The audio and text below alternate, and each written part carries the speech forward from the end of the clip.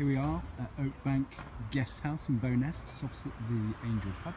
I'm going to do our first drone survey of the guest house here.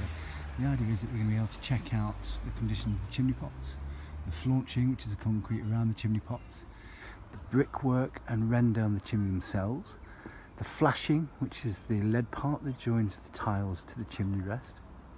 Look at the tiles themselves, and then the gutters and the fascias and the soffits and the verges at the gable end. Make sure that everything is sound there and that there's no weather, rain, wind, hail, sleet getting in there that can cause further damage. It's going to allow the owner to budget for any works that are going to be needed doing immediately, and any works that may be needed within the next 2 years. And they can proactively manage the maintenance of their property rather than reactively if the roof suddenly leaks and damages the bedrooms below, meaning the rooms are going to be closed for several weeks while the work's going ahead.